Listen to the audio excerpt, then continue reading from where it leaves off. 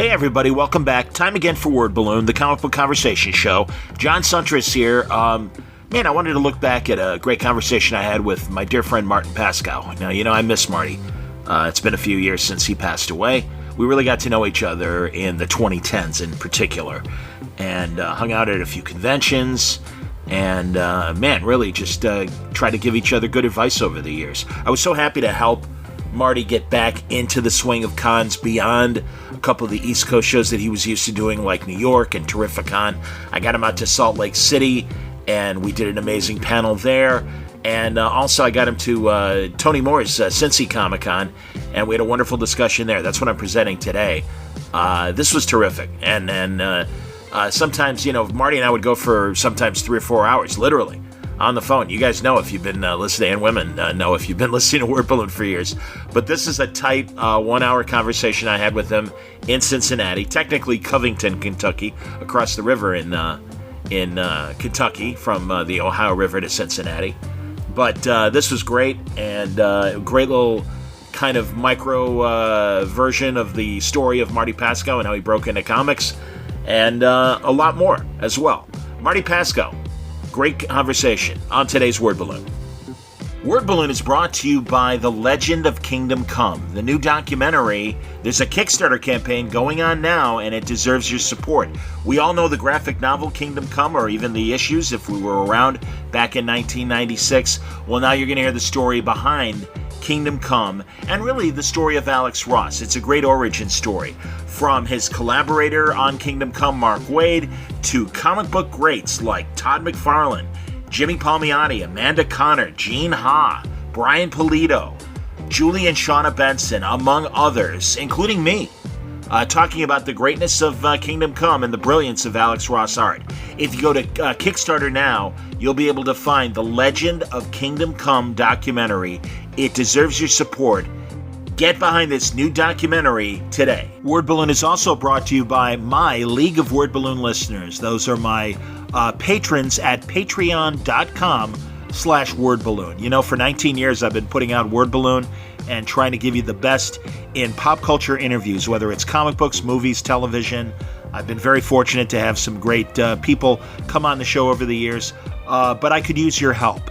I hope you'll consider subscribing to Word Balloon via Patreon, patreon.com/wordballoon, and help the cause. Do you think Word Balloon is worth the price of a comic book a month? If you think so, if you can afford it, I would really appreciate the help. Word Balloon is free. It will always be free. But if you like what I do, and you think enough of supporting me the way you support your favorite comic book creators, movie people, whatever, by buying tickets to their stuff, please consider supporting me via Patreon. Patreon.com/wordballoon. Thank you, League of Word Balloon listeners. Thank you for coming out. Welcome to Cincy Comic-Con. I hope it's literally it's the second hour of the con, but I hope your first hour was very enjoyable. I hope this second hour is enjoyable as well. I'm very excited to have our guest. My name's John Suntress. I host It's only been an hour? Oh, I'm sorry. I host a podcast called Word Balloon, and I'm very excited to... I've had him on my show many times. I always get great audience feedback when we talk, but this is an opportunity to have a live conversation with a great writer. Not just his DC comic work, stuff like Superman and the Joker, and those are the two. And Blackhawks, his great reboot of Blackhawks in the 80s. But Secret Six, of course, thank you. But certainly a television writer as well, Simon and Simon. Okay, Rudy winces. Another big show, but he's going to wince again. Roseanne. I'm still alive, and I'm still working. And animation work like... And there is a tomorrow, not a yesterday. Absolutely. Batman, Mask of the Phantasm, one of the principal writers of that as well. Please welcome Marty Pasko, everybody. Good to see you, man. I'm glad to be here. Yeah, excellent. And, when it's time for the obituary, what time is it now? I'll call you, all right? Oh, absolutely. Sadly, what we engrave on that tombstone will be your writing. I will say that it would be my privilege, not my pleasure, because I like having you around and I like talking. I can't be any more embarrassed because I'll be dead. You know? So let's, and I'm sure people have questions. When did you break? Like, DC was your first big break, would you say? Was there stuff prior to DC? Yeah. Comic-wise? God, it really is. This is your life. Exactly. It was Ralph Evans. Yes. Do you recognize this voice? You're fired. Which one of those is that voice? Yes. There were several of those. No. Actually, what happened was Doug Mensch, a wonderful writer, was writing for the Warren books, Creepy, Eerie, and Vampirella, and we were corresponding. He became a subscriber to this fanzine that I was doing, and I wanted to break in, and Warren was the only publisher at the time that was accepting over-the-transom submissions. Wow. So I took a short story, a horror story that I'd won an award for in high school, and in my senior year in high, turned that into a comic book script, using a format that Doug had shown me, and it sold right out of the gate, and was published under Doug's name by a mistake. Yes. Oh, that sucks. Well, they fixed it later, but what was interesting about that was it never got that easy again. Was Louise Jones your editor then? No, she came along a lot later. There was a guy named John Cochran. I don't know what became of him. He was the editor, and then Marv Wolfman followed after him, and I did that for a couple of years. Did you have any? I was going to say before we leave Warren, did you have many interactions with Jim Warren? Yes. I always love when I have a conversation, I land on a landmine. And I'll tell this story. I've told it before, but Jim had the longest memory for slights of anybody I've ever known. He was on a panel in New York with Neil Adams and a bunch of other people, and Neil started to pontificate about how comics as we know them will be dead in 10 years. Well, in a sense, he was right, because in 10 years thereafter, we had graphic novels, we had non-code books, we had all kinds of things that were comics, but didn't resemble comics as we knew them then. But Jim took exception to this, and there was this vigorous debate, and I stood up and I asked a question that was sincere, but got a big laugh from the audience because of sarcasm that they assumed. And Jim scowled at me, and I didn't think anything of it because, I'm just this kid. A year later, same convention, I find myself in an elevator with Jim Warren. And I'm standing in the corner, and he's staring at me. And the elevator's crowded. We go up several floors. Everybody gets off the elevator. And then finally, it's just him and me as we're getting to my floor. He's up above. And he finally looks at me and he says, "I know you. You insulted me at this convention a year ago. I ought to bust your nose." And at that point, the elevator door opens and I say, "Well, that would really be a case of the shit hitting the fan, wouldn't it?" And I got out of the elevator. Outstanding, man. Go ahead. No, go ahead. I was going to ask if, because you started to say that it was never as easy as it was for that first submission. Mm-hmm. Your years at DC, you worked, under Julie Schwarz, the editor for Superman, and Julie had a reputation of taking a story idea. I mean, explain to me the process. It's better to hear it from you in terms of you having a story idea and pitching it to Julie. Give us the process. You go in, you sit down, you say, "I'd like to do a story about Brainiac." And within 5 minutes, it becomes a story about Luther. So was he... it's funny, before we started recording, we were talking about how controlling Gene Roddenberry could be with Star Trek. Was it like that with Julie and Superman? Or was, why would the change happen? With Julie, you had to earn his trust. They had a whole complicated idea at DC at the time about, building you up through the ranks and getting you to the point where you were ready to take on the big titles. And there was a system for that because of the way the books were structured. There were backup stories and short anthology stories, as you could say. 8 pages, 5 pages even. Yeah. And then you would get to the point where You knew you would arrive when they stopped rewriting your dialogue. How long The day with Julie, about 3 years. Wow. Julie got to the point where he said, you're a pretty good dialogue man. And I said, thank you. And repressed the impulse to say, why are you still rewriting it then? And he actually said to me at one point, well, they're paying me, I have to do something. Interesting. He literally thought he had to, make at least 1 or 2 changes, because if he didn't, he wasn't justifying his salary. Interesting. How many other editors of the classic editors like that did you work with? I know you worked with Joe Orlando on some of the mystery and supernatural stuff. Yeah, Joe was good because he wouldn't really touch your copy. The other editors that I worked for were writers originally, and some of the best writers in the business, and I learned tremendous things from them. I mean, my God, Jerry Conway, Len Wein, and some of the great artists too, Joe Cubert, Carmine Infantino. All of that was a tremendous learning experience. And I kid Murray Boltinoff and Julie Schwarz only out of writerly ego, because 2 of the worst lines of dialogue that have ever appeared under my byline were not mine.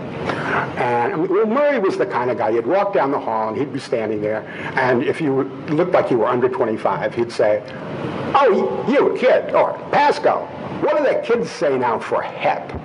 HEP, in the 70s. Yeah, and I said, HIP? And if you've lettered the HEP, just take the whiteout pen and eliminate those 3 little stems and change it from HEP to HIP. Jeez. He had a series called Ghosts, and they were all anonymous because they were supposed to be true stories, right? So, funny. I didn't realize that. I used to buy that. I let go the whole idea of I'm going to be rewritten because my name's not going to be on it. But I did a story about a ghost cop. And there's a scene where the cop appears out of the fog, and somebody says to somebody about a character who has a gun, look, he's got his rod out. I think that's different. It went past the code. Nobody thought anything about it. And I did a story for Julie with the Atom, and they had this thing called the time pool, where he'd go back in time, and Oh wow! I didn't know that. Yeah, that's awesome. It's the time pool series. Okay. And so we did one of these, and the idea was October 31st, 1939, War of the Worlds. Okay. He goes back in time, and he's mistaken for a Martian, right? And it was one of Mike Grell's first stories. Oh, fantastic! He illustrated it, and I remember I was in college when the thing came out, and I picked up the book. We didn't get comps at that point, and I picked the book up, and I'm reading this in the cafeteria, and I get to the line of dialogue that Julie has inserted. Take that, you midget Martian. I dropped the tray. There was like mess of food all over the floor. I was like, what? So I got over that frustration, though, pretty quickly. No, right, those kind of frustrations aside, it had to be pretty cool being a college person and being a published writer. The thing about writing comics that served me very, very well later on was a very early experience in seeing how other people interpret your work and learning how to work with their strengths and weaknesses, how to play to them and how not to. And that has served me well. And I don't think that writers and artists play together as well anymore as they used to, as far as I can tell. There's so many egos invested in this business. And there's an awful lot of struggle for creative control. At least this is what I perceive. Not necessarily everybody's experience, certainly, but there's this very strong desire, I think, on a lot of artists coming up to write it themselves. But not everybody has those chops. Excuse me. Not everybody is Frank Miller. Not everybody is Walt Simonson. You think Cubert was a guy that obviously could write and draw as well? I enjoyed his last output of graphic novels. But I don't think Joe did it any earlier than he was ready. Okay. Because as good as he was at what he did as an artist, he knew he had a lot to learn as a writer. He learned from Bob Kanigher. And those kinds of collaborations, where people are in rhythm, in sync with each other, but are also critical of each other's work, and know how to express that criticism in terms that don't damage the ego, that's where those great collaborations come from. And I would argue from what I know of it, that, like, for example, John Byrne and Chris Claremont and X-Men didn't have that kind of relationship. I don't know how much... Can you give me an example of a great writer-artist collaboration that is more recent, more contemporary, that is generally, you would think, among fans, considered to be very effective? Bendis and Oming on Powers. I mean, I think a lot of the creator-owned books today are literally the writer does with that in mind. Is like, hey, I don't want to step on your territory. We are doing this book together. What do you like to draw? And B, please, if you've got a better way than my script of conveying visually what you want, please ask, or please jump in. Mm-hmm. And I know Brubaker and Steve Epting work like that, and a lot of Ed's artists that he works with and stuff, because I think you're right. I mean, and it's certainly in the 90s, it became art first, writing second. But I think in response to that, in the modern age. So there's a couple examples. Well, I'll give you an example from Cubert and Kanigher. There was a great deal of trust involved in that relationship, and it was also true that they were both very, very fast. The way they would do the war books. Well, first of all, let me back up. Kanigher was probably the most prolific writer in comics beside Stan Lee. For how many decades? 3 decades? Almost 4? Well, he started in 41 and he officially retired in 73, so there you go. And Bob, on a little portable typewriter, would write 8 pages on the train coming in from Long Island before his workday started, and another 8 pages on the train going home. Joe Cubert was very, very fast. Routinely, let me back up a step. At DC, it was always, you'd never let the artist who's available go away without work. You never let them, you always have something ready for them. And that was the pressure that the writers were always under. But Joe would call up Bob at like 8 in the morning and say, well, I finished the Sergeant Rocky. Got anything else for me? And Bob would say, come in at 3. On the train, Bob would write 24 pages of comics. Wow. 8 in the morning, 8, in the office and 8 on the way home. Exactly. Crazy. And when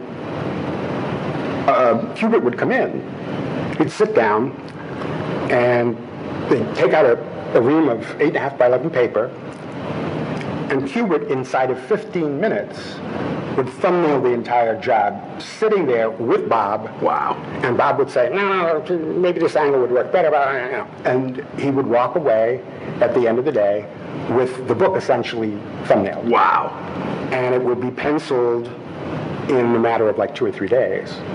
And Bob, Joe was one of those guys like Jim Aparo, who, because he did the whole thing, he didn't really type pencil. It was just shapes indicated, it was something, in some cases practically stick figures, and the rendering would be done in the inking.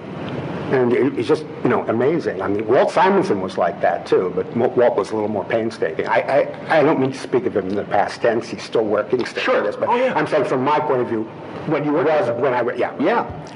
You've had great collaboration. And by the way, folks, honestly, because Marty and I can lapse into conversation, so please, if you do have questions, please come up and step up, and we can stop our talking and get questions from you. But 3 words, John. Learn to interrupt. Learn to say, Marty, shut up, you're rambling. No, it's all good. And if you hear, honestly, if you go back and look at my Word Balloon archive of podcasts, Marty and I have marathon conversations, and we don't realize it. And it's like, Marty, we've been talking for 3 hours. Really?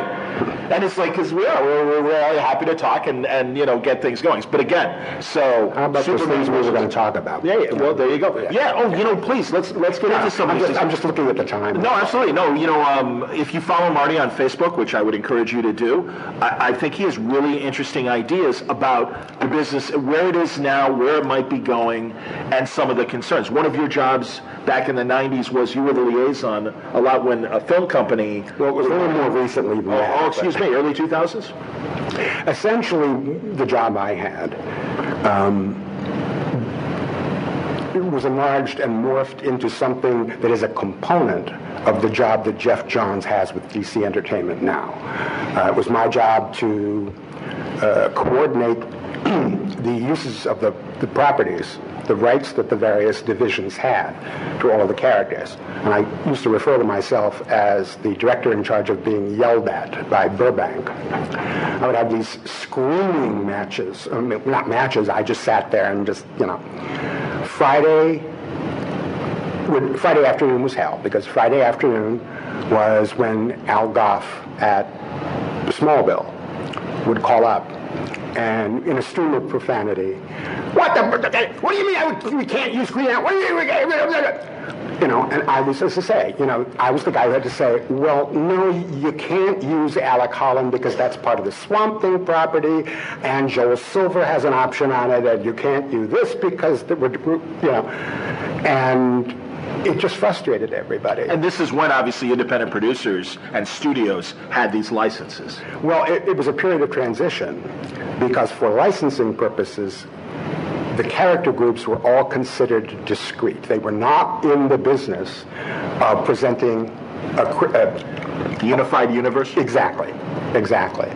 And this was alien to Marvel. In fact, when I was developing SpiderMan for Marvel Animation, Stan Lee kept asking me why I was asking the questions that I was asking. Was this the 90s Spider-Man cartoon? Yeah. Go on. And we had a very awkward meeting with executives from, Ron Perlman's company, and Stan and Avi Arad, and Stan's pitching things like, well, maybe the Kingpin can come in here. And I'm saying, excuse me, can we use the Kingpin on the show? He says, what are you talking about? And I said, well, what have you sold to Fox? You've sold the Spider-Man property, but why do you want to give away the store? Why do you want to give them Daredevil? Why do you want to give them... It's a separate license. And the guys from New Line are sitting there going, Good job. Good job. You were some Marvel at the time, yeah. And that was when I was dead in the water with Stan Lee. Really? Oh, yeah. That bad? Oh, yeah. Well, because he hadn't thought of it. Sure. Right. And the other experience was trying to work out the pilot, which I was committed at that point to write. And suddenly, as the writer and the writer-producer on the show, I'm reduced to taking dictation in this meeting. Stan Lee and a toy executive, Avi Arad, are batting around all of these ideas. Oh, and then they can do this, and then they can... And I'm scribbling the notes. And at one point, I look up and I say, guys, is this a two-parter? And Stan says, no, what do you mean? I said, well, you're in Act 4 now. No sense of structure. And Stan, he didn't really write full scripts. He'd never really written screenplays. He was all about the plot, and then the artist would fill in, the stuff that Stan couldn't bother himself with, and then he'd dialogue it when he would get the pages. And in fact, in his first animation gig, that's how he tried to approach the material. Did he do Marvel style for animation? What's called Marvel style. Yes. Plot first, write the script. Yes. Or I should say, create the animation and then write the dialogue. Yes, and he would have crazy on the first Fantastic Four series at I think it was Hanna-Barbera. The old one in the '60s. Yeah, the one where they had there was a robot and... Okay, so that was the '70s one. Yeah. Then I am talking about the one in the '60s. Okay. Because I've seen the storyboards that Jack did. Yeah, okay, because Human Torch is in the original. Yeah, and basically what Jack would do was a comic book, but, on board paper. And then the guys would have to come in and indicate the camera directions, tightening in on the shot. And are you confusing that with the Marvel superheroes cartoons that were literally lifted from the comic pages? No, in fact, I just recently saw the storyboards. Okay, go on, yeah, please. And people had to basically say to Stan, you can't do that. It doesn't work that way. Sure. You know, you have to write the dialogue first, time the track, and then board the show, you know. Well, the first time I met with him, he said to me, well, you know, I don't really know that much about animation. And I'm like, and that's supposed to inspire confidence. Why? Because you've been in the business for 20 years. So you're either being disingenuously false or you're making me nervous. You know? But anyway, the problem, let me just cut to the chase. When they fired me from SpiderMan, I found out that Avi Arad called in the writers that I had brought in and said, you know nothing about Spider-Man, and summarily dismissed them. The writers were Len Wein, Marv Wolfman, Jerry Conway, and Mark DeMatteis, all of whom were working on shows for me, but they knew nothing about Spider-Man. So, very interesting. Wow, man, crazy. Well, and you, one of the things we talked about, possibly talking about here, was the relationship now between the entities of Warner Brothers and Disney, and how they treat the publishing end. Well, once the exploitation of these characters, superheroes, in mass media became big business, the dynamic changed. And I can point out very specifically that it did. The Wall Street Journal ran a piece that Variety picked up about how Time Warner stockholders should excoriate DC, or Warner Brothers, for not more effectively exploiting their library. What year was this? Or a year-ish? About 2001. That early? Okay, I would assume based on the reaction to Iron Man and everything. Well, it was the first year that the trade papers did full-color supplements on the San Diego Comic-Con. It was the first year that San Diego became the Cannes Film Festival in spandex. You know. Sure. Yeah. Pretty much. Let's go down and make a deal by the sea. You know. Once they discovered that, then the dominoes started falling over. And the total paradigm shift from the situation I described started to take place. We're selling a created universe. And that's working out for them. But of course, to service that, an entire business apparatus had to be created, which is why you have all of these people in Burbank now, and presumably they're all in Burbank, because on the Disney end, they're in Burbank. No, they're all in Burbank, you're right. Whose job it is to keep track of who created what, how do we give them credit, forget about the contracts, forget about the back of the check, forget about the vouchers that were signed. It's a whole new ballgame. Basically, it's the business of who do we have to worry about suing us today, which is how you get these bizarre permutations. For example, Batman is now created by Bob Kane with Bill Finger, as opposed to, no, we don't mention Bill Finger as if he ever existed. So I mean, it's amazing. Nobody says things like, well, who's this Dr. Light and what does she have to do with the Flash and why is she in this show? You know, because you've got Jeff Johns, now the president of DC Entertainment, right there in the room. I understand from you that the relationship is a little bit different now on the Marvel end. They're kind of distancing themselves. Well, yeah, after, last fall, Kevin Feige went to Alan Horn, the head of Disney Films, because he had been frustrated by, as it's been reported, Ike Perlmutter, the head of Marvel's cheapness when it comes to the movies, because Perlmutter had a say. And they would maybe develop an idea for a film, and Perlmutter would say, no, that's too expensive, you got to cut it down. And you know, Marvel had the Marvel movie panel of the creators, and publisher Dan Buckley and Joe Quesada and Brian Bendis and Alan Fine looking over the script and making creative suggestions, I think, to the benefit of that. But apparently Perlmutter was a guy that kind of held onto the purse strings.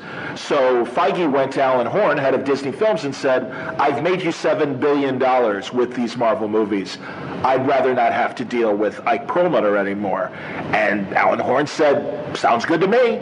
So now there is a barrier between Marvel Comics and the films. The television side is still working with the comics, but yeah, and then that's why there was an Inhumans movies on the production end, and it technically is still there, but they seem to have distanced themselves from that idea on film. Meanwhile, television has embraced the Inhumans; they're part of S.H.I.E.L.D., and we're seeing that continue. So, and the very fact that those kinds of conversations are taking place at that level is certainly an indicator that this is serious, big business. Oh, yeah. It amazes me, frankly. I mean, as someone who has dealt with these characters in live-action film, television, animation, the idea of being employable on that level was an unattainable dream when I was most active at doing it. And in fact, when I got my gig on The Twilight Zone, my agent had an uphill battle, even though they loved my scripts, because Phil Daguerre, the executive producer, had found out that I had done comics. And Phil had had a horrible experience at Universal as the writer, director, and producer of the 2-hour Doctor Strange movie, which was not his finest hour, and he knew it. And he just developed this real hostility toward comics as a result of it, and it was a tremendous prejudice. Now you can, write a ticket, you can, for yourself if you have a comics background, but you couldn't at that time. It was a liability. You had to hide it. Man, and yourself and Len and Marv and Jerry Conway, all you guys. I mean, all the TV that you did and film and everything. I mean, it's it was cartoons. It was a ghetto.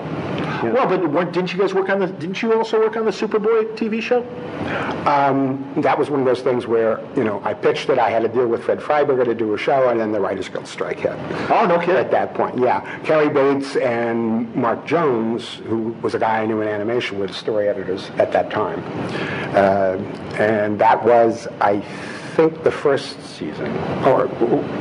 I don't really recall. Which one was it that Mike Carlin was heavily involved in? Was that the second one? Yeah, well, I can't remember if it was the first or second Superboy series. I mean, it was the same producers, I think, and they just replaced the leads, right? Wasn't it always those Universal syndicated shows? Well, it was done out of Viacom, and it was the Salkins. Right, that's right. Yes, the guys who had the movie license. Yeah, they produced the show. Ilya, the son, and Pierre Spengler were the nominal executive producers of that show, and that was also a setback because they were very cooperative with DC, and all of the input was very comic book centric, and so you had the spectacle of people like I think it was it Michael J. Pollard as Nick Zespitaler, and well cast. But he's in the costume from the comics with the derby and the crazy stuff. And the thing. Yikes. They didn't understand at that time that a transliteration of that stuff to live action is inherently goofy. Yeah, it looks goofy. Yeah. And what they're doing now with, the Kevlar vests and all of the things, to approximate the look of the characters, but mute the colors, make it look less garish, make it look more like, street fighting action than spandex, is very intelligent. But unfortunately, fans are frustrated by the fact that they seem to want to reinvent the wheel every time out of the gate. Well, they found out that there's big business in that too, and I was present in one of those revelations. Batman the Animated Series, when we first started out, there was a tremendous argument. The studio wanted Batman to be black, in a totally black costume. And DC pushed back. Warner Brothers Animation was sort of in the middle. And this debate raged while we were continuing to produce the show. And all of us were told, just go ahead, just keep doing it the way you're doing it. DC finally prevailed by making the argument that you can think of the iterations of Batman as simply different product groups. And all of a sudden, we started having these style guides. There would be the DC style guide for Batman DCU, Batman Animated, Batman feature films. And every time there was a new feature film, there was a new style guide. and Kenner and Hasbro and all of the licensees bought into this. Wow, instead of just one product line, we've got 3, ka-ching, ka-ching, and we were off to the races, and that's where we are now. Man, I would love to see a financial pie, because that is something that sometimes gets lost on comic book fans. Licensing is so important. Now with television and film making the money that it does, it would still be interesting to see how that financial pie works out. I imagine that licensing still might, I don't know. Maybe I'm wrong. That's why I failed. Well, the questions that we used to ask ourselves are even more difficult to answer, such as what product drives what. You still cannot make an argument that mass media presence drives comic book sales. It's just not true. Why? Because comics are a low-margin business, and everything else isn't. So, what I mean is, they don't care. They really don't care. For a long time, the argument justifying the existence of the 2 major mainstream publishers was that they were low-cost R&D for their corporate parents. The ship sailed on that argument a long time ago, because in many ways, the stuff being done on television and in features, I would argue, is more imaginative. It's certainly more accessible to a broader audience. But do we have numbers on how many of those how much of the audience are hardcore fans being cultivated by the studios, and how much are a mass audience being brought in to the tent, if you will? We don't have that information, as far as I know, any more than the average retailer can tell you whether a free comic book day brings in any more kids into the business. And frankly, fans are the only people who really care, I would argue. The corporate entities care to the extent that they have to cultivate the fan constituency. But if you can make the argument that they're irrelevant, the world will change again tomorrow. Well, and you even have a theory about that we talked about on the podcast, but I wouldn't mind hearing your thoughts if a day were to come where, because comics are, for the big publishers, such a small piece of the pie, then maybe they would decide, we don't need to make these. Lucasfilms did not publish its own Star Wars comics. Before being part of Disney and now Marvel, they licensed it to Dark Horse. And we had 2 decades of really good Star Trek or Star Wars comics that were vetted by Lucas, but weren't published by Lucas, and therefore we had more creative voices. So could you see, talk about that? Well, comics, for a long time, in the 60s and 70s, were utterly dependent on their licensing. The only reason why DC was able to continue publishing Superman throughout the 50s, when superheroes were totally cold, was that he was on television.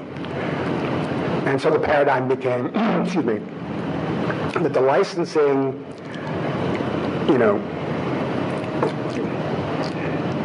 gives us the soil in which to grow the flowers of the comics. Sure. And Paul Evans and Jeanette Collins' basic goal at DC when they took over was, we're going to turn this company into one that is profitable on its own terms, on the basis of publishing operations and not on licensing. And they succeeded in that goal. And then, you had the boom with the sealing things in plastic bags and all the rest of that, shipping 5 million of this and so on. Back in the 90s, yeah. Yeah. And then that bubble burst. Yes, hard. And hard. Yeah. And then they were put back in a defensive crouch. Well, we're low-cost R&D. Companies like IDW don't need to be concerned with licensing. They don't license out, they license in.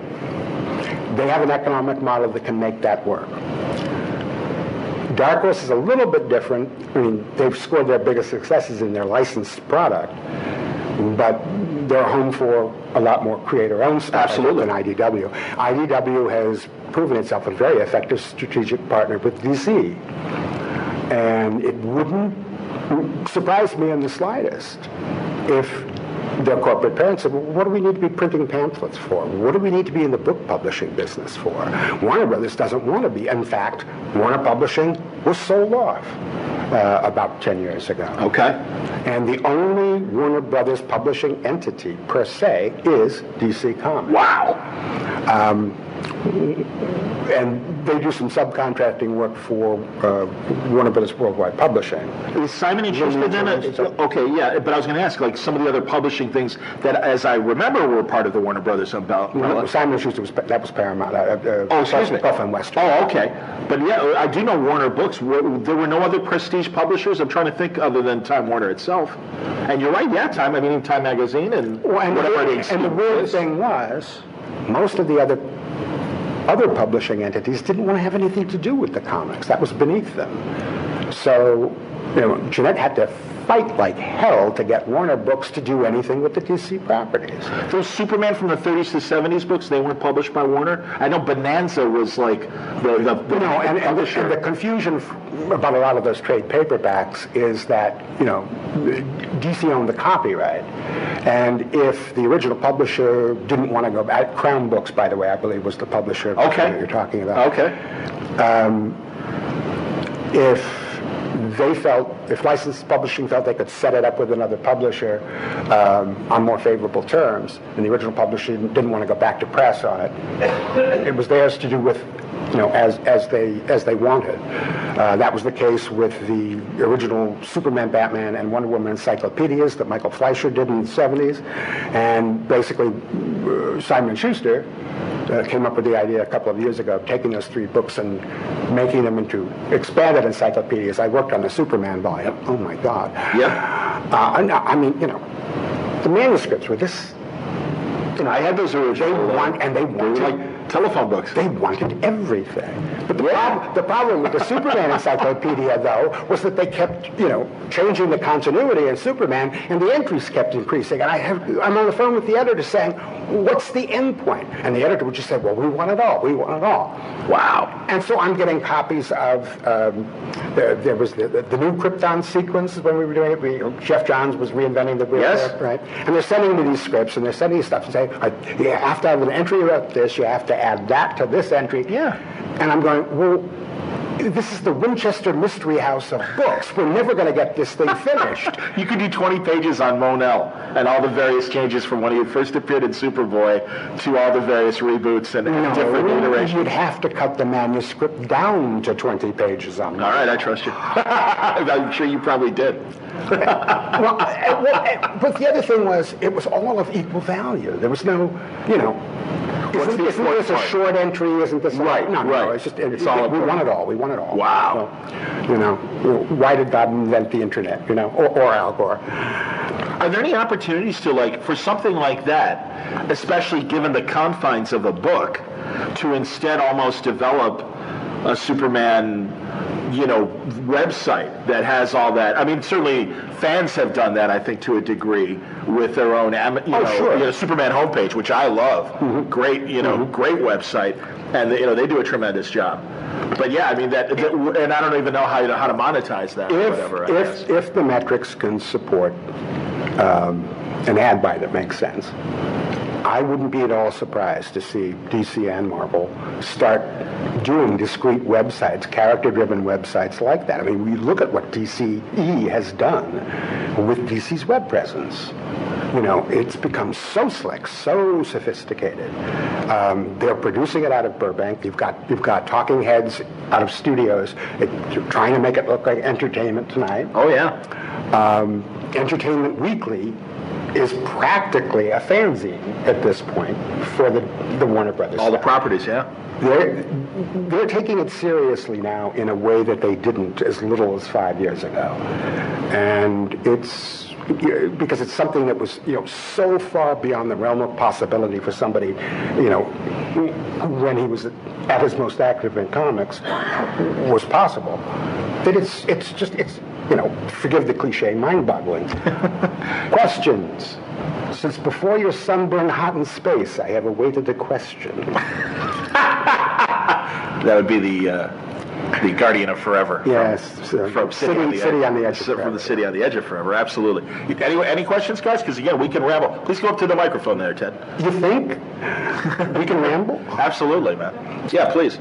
Going back to what you said, I was really curious about. You said about the lawsuits, and they're looking at all the different creators of somebody. And it's like almost like it's watching like the Daredevil Netflix, and the credits and the thank yous. It's almost like playing a game, because you see these names like, okay, well, what character are they Created. they've gone listed, and some like, if this character created Hawkeye, who his name is in there. Now, are they getting any kind of money, or just the thank you, or are they just covering their butts? I mean, you said that they're not worried about work for hire. Are they, the Hollywood thinking is we should give these guys money and credit or not? Well, I think there is a little bit of competition going on between Disney and Warner Brothers in terms of image regarding creator friendliness. I don't know what the policies are at Marvel, but I do know that at DC, they actively seek out creators to tell them, what have you contributed, and we'll give you character payments. I mean, I'm making money off of a character I created for Supergirl that's in the current television series. What they do at Marvel, I don't know, but I do know that maybe there's a little more due diligence about who's contributed to what that would be helpful on Daredevil. For example, Wally Wood was instrumental, even though, he's an artist, and of course they don't use the yellow and black costume and all the rest of that. Wally was a significant contributor in the creation of the character. Yeah, I was going to say, what's really weird about that is that if you watch the thank yous in Daredevil, I mean... Oh, I'm sorry, just to make it clear, I haven't seen Woody's credit in Daredevil. No, I just wanted to make it clear why I was bringing it up. For some weird reason... Is he absent from it? I haven't noticed. Spurlock's making a big deal. Yes, David Spurlock's supposed to be in charge of the Wood estate. Oh, that's right, yes. But what's so interesting is, like, I saw George Teska, and I'm like, what character? And it was like a character in a Daredevil annual that George Teska drew, and it was the first time this character, so George gets the listing. They've never listed Wally. They've listed everybody else, and then Frank Miller gets a special billing in the thank yous, which is really interesting too. Well, but and I guess it's funny because a modern audience would say, well, sure, Frank created the Daredevil aesthetic, but really Wally did. You're right. I mean, you go back to that first issue. This is when Elektra showed up. They got Frank. Oh, well, there you go. Well, that makes sense. That weird. That I don't know what kind of, where that stands with Elektra and Frank. Well, I mean, it's obviously Elektra's a huge part of season 2. But that's funny because I almost thought it would also again be because Frank kind of returned it to that Wally Wood aesthetic. What you're talking about, if I may, is retrofitting a definition of creator. Yeah. And it's a gray area in a lot of cases. The Marvel feature films, they do the same thing, but they're really buried in the credits, way down. Now, like Stan or Jack, up the front, or but like the either Black Widow or Hawkeye were created by some guy that never really is not a big name at all. Oh, you have to be the writer or the artist of that particular issue. I was wondering if it's Wortham. I forget his German name from the '60s. Yeah, it starts with a W. Right. Oh, Winter Roth. Yeah, Winter Roth. No, not Winter. No. Well, anyway, it doesn't matter. It was just an obscure name that he's not a Gene Colan level or Wally Wood level. Sure. Well, I can only speak to this from my own experience, and I'll give you an example. Traditionally, the assumption is every superhero character is co-created by a writer and an artist unless they're the same person. Not always strictly true. The assumption on a character that I'd created in Superman that they're using on Supergirl was that the Kurt Swan estate would get half of the payment and I would get the other, until I produced the original sketches that I had drawn for the character, which Kurt followed.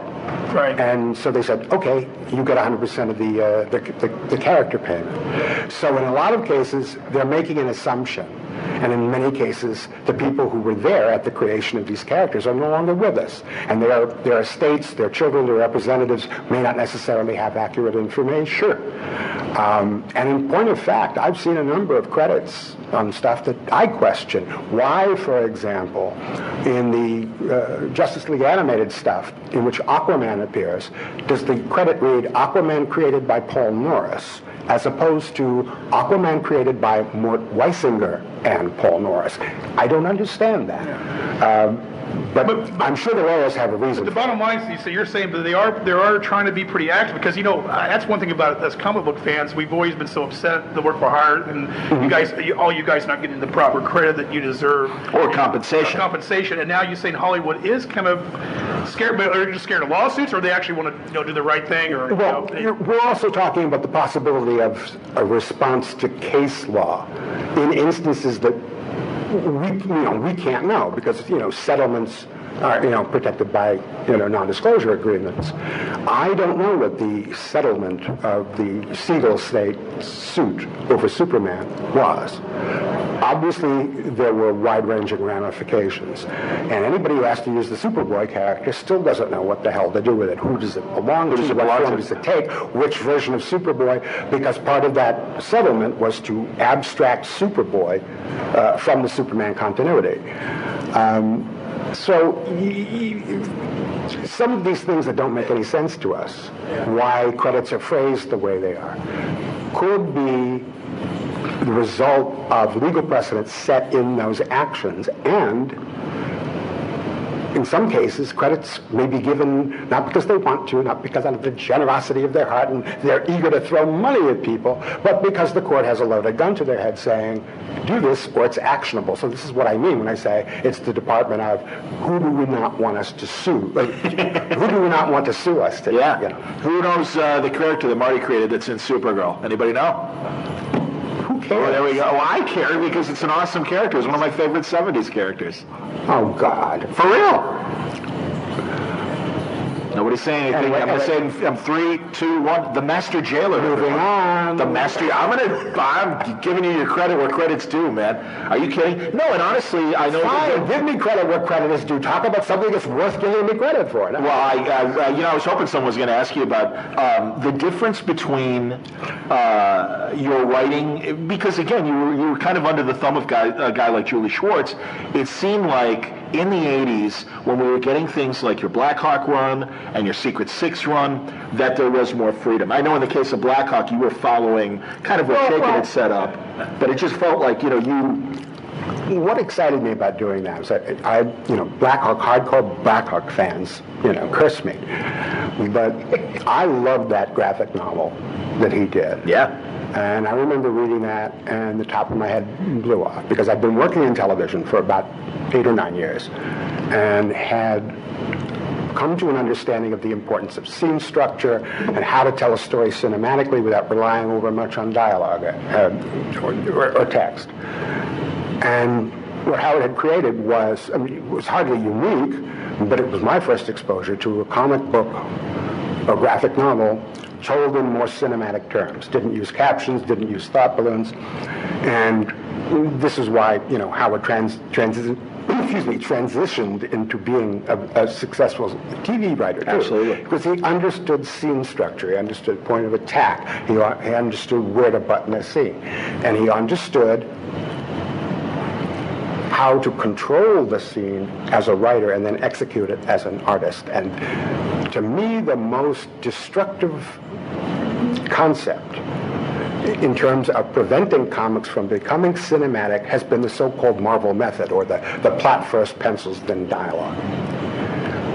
Because the scenes are not necessarily controlled or structured by people who understand scene structure.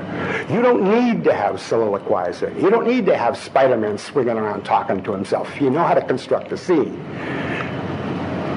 And those few who start to begin to understand that think it's about trading exposition. Well, even when a scene is expository, what you have to do is build conflict into it. Why does that character need that information? As opposed to the beginner's mistake of, well, as you know, yesterday Krypton, or whatever. And that's one of the things that I think the TV shows, even more so than the films, do better even than the comics. One of the things, though, that's really disappointing me about the feature films is that they're now being written like bad comics. There's a difference between characterization and iconography, and we're too damn dependent on icons and our assumptions about them and the images that we have in our heads of these characters. As screenwriters, we've become lazy. Look at, I'm gonna be critical here, Pesky Pasko, Superman or Batman versus Superman, Yawn of Justice, as I call it. We don't need to make you care about Bruce Wayne. We don't even need to tell you who the hell Bruce Wayne is. We'll just show him running around saving people from buildings collapsing, and you'll know he's the hero. But besides, you're a fan. You're here already. We've sold you. We don't have to win you over. We don't have to make you care about these characters. It's in the bag. You're already on our side. And that's lazy writing. And in both of Zack Snyder's films, it's the same thing.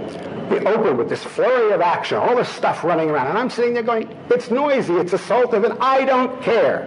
Engage my emotions. Make me care about this character. Why is he doing what he's doing? Oh, he's a hero. That's what heroes do. Everybody knows Batman. Oh, shit. There's a reason, and when this stuff works, it's because a writer has dug into the character and found the reason that it works. And in some cases, the TV cherry picks from the best ideas of the comics. So much of what Mark Waid and Jeff Johns, obviously because he's in the room, what they contributed to Flash underscores all of that, but it's right there. This is a man outrunning the past. This is a man running toward answers. I am the fastest man. But the irony of all of these tropes is that the more powerful they are, there's always one point in their life where they are powerless. Superman, for all of his power, still can't bring us peace in the Middle East. Still can't save the lives sometimes of the people most important to him. One of the most frustrating concepts for me was when John Byrne said, let's keep Mom and Pa Kent alive. Well, I understood that. You know, he wanted to get off the Boy Scout curse. He wanted to play Superman as younger and more relatable to the audience, and he thought it was important for him to have people that he could talk to and go back to for advice. But what that also removed was the tragedy of him being alone. The most powerful man in the world who couldn't save his parents' lives twice. The most powerful man in the world, and yet, in some ways, powerless. And that duality, that internal conflict, is what makes these characters, in my opinion, inherently interesting. Not their powers, not what they can do with them, not the fancy clothes they dress up in, and not the cool people that they hang out with. But that dark night of the soul, where they have problems that all of us can relate to, they're just on another level. The powers are metaphors. And unless writers can learn to think in those terms, we're just going to keep getting flat, boring, and uninteresting, unemotionally engaging comics, and that's why the sales are dropping. The TV people, the movie people, the screenwriters, they understand that better than the comic book writers. Or at least they did. Because now we're starting to see stuff that's written just as lazily. I don't need to reach out to you and sell you. In other words, there's no presumption of sales resistance on the part of the audience anymore. They've bought in. And it's shooting fish in the barrel. So lazy work begets stuff that is emotionally unengaging and nobody wants to go see. It's spectacle versus story and character, because that's what it seems to be in the films. And I've heard like really great filmmakers complain about the box office blockbusters and saying, yeah, there's no there beyond the spectacle. That's exactly the phrase that goes in my head. There's no there. No, I'm with you. Do you want to tease your ambition for what you'd like to do with your website as we close? One of the things that's come off of these Word Balloons podcasts that we've done is, you ought to teach. I'd love to learn from you. People saying this to me, and it surprises me that, they would have that feeling. So finally I thought, okay, but there are a lot of websites out there now we'll teach you how to write and draw comics, and being offered by people who haven't done anything. Some guy who worked as an assistant editor at Marvel for 3 weeks has now got a website. He's going to teach you how to write comics. As if an editor in this business could teach you to write comics anymore, because they don't hire people who used to do the stuff to be editors anymore. But I didn't want to, the master class, the book on comics, Denny O'Neil did that. I didn't want to do that. So what I'm going to do, December 1st is the deadline I've imposed on myself for the launching of a website in which I will offer my services as a writing coach in both comics and animation. And what that means is you would come with a project that you wanted to develop. The goal, the nature of it, the content is entirely up to you. And you would express what your goals were for it. Graphic novel, ongoing series, animated series, screenplay, whatever. Television pilot. And I will walk you through the steps of the process in order to get to that final draft of whatever it is that you want to do. And a personal service thing, and you do it at various stages. I'm not telling you what's right. I'm not telling you what's good. That's not my business. What I want to do is tell them how to get where they want to go. Structure. And if structure, characterizations, whatever's missing. Exactly. Or whatever I would suggest they need to think about in order to get where they want to go. And, as I say, I've had some incredible teachers, and I've had a wonderful career because of, and I still am having a wonderful career because of what I've learned, and this is the only way I can think of to give that back. And not incidentally, let's be honest, capitalism is what it is. Make a little money, but, not exploitatively. No. So that's what I'm working on now in addition to the other animations. Well, if you're interested in what you've heard today, and really, this is one of the reasons why I love talking to the guy as much as we do, and it's not enough. There's a time where I know you're like, let's do a podcast every week, and I'm like, oh, if only I had that time. I would love to do that because you're full of stories, you're full of perspective, and I truly do appreciate that. No, John, I said I wanted to do a podcast every week. But I'd help you. That's what you're saying. You're saying coming to me, and believe me, I would love to be the producer of the Marty Pasko podcast. Competition? Not at all. No. Oh, not at all. Are you kidding? I don't think of this. No. I want to compete with you. Not at all, man. No. Seriously, I really do. And I would say follow Marty on Facebook. And as this new project develops, I know he has other things in the works. But as you could tell from this conversation, really interesting perspectives from Marty Pasko, and I'm glad he was able to share those with us today. It's time to stop this nauseating exasperation, because in 2 minutes, these people want to see the person they really came into. Oh, not at all. No. And I mean, I think you were... Say hi to Brian for me. Absolutely, man. But no, Marty Pasko, everybody. Thank you. Thank you all very much. It was fun doing that.